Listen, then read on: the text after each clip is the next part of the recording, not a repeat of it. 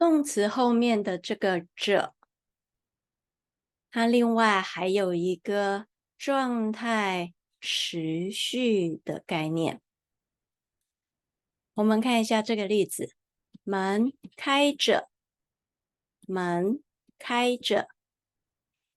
这个门它的状态是开这个状态，那它会维持开这个状态一段时间，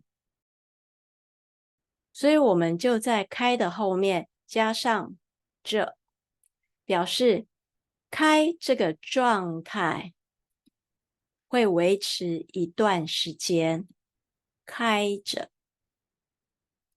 我们再看这个例子，他穿着一件蓝色的裤子。他穿着一件蓝色的裤子。这个裤子，他已经穿在他的身上。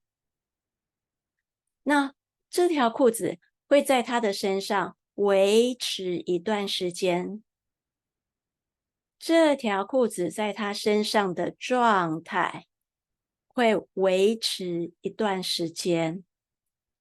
那么我们就在这个动词后面加上着，表示他已经穿好裤子了，而且这个裤子呢，会在他的身上维持一段时间。穿好裤子的状态维持一段时间。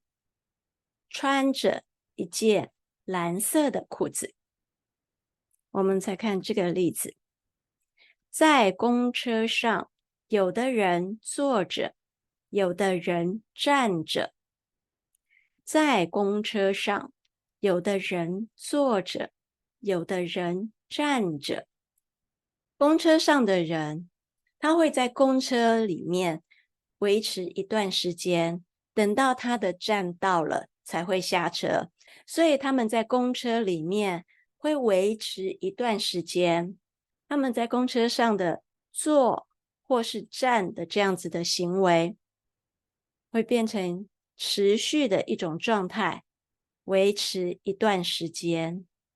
所以坐着，站着。我们再看这个例子，他带着妈妈送他的新表。他带着妈妈送他的新表。表，我们用带这个动词，带手表。他已经戴好，戴在他的手上。那这个手表会在他的手上维持戴好的状态一段时间，所以就戴着。再看这个例子，桌上放着好多甜点，是谁买的？桌上放着好多甜点，是谁买的？放着，有人把这些甜点放在桌上。放在桌上以后，甜点就维持在桌上，这样子的状态会维持着一阵子。所以放好以后，桌上有很多甜点的状态，我们就在动词后面加着，表示放好之后的状态会维持一段时间。桌上放着好多甜点，是谁买的？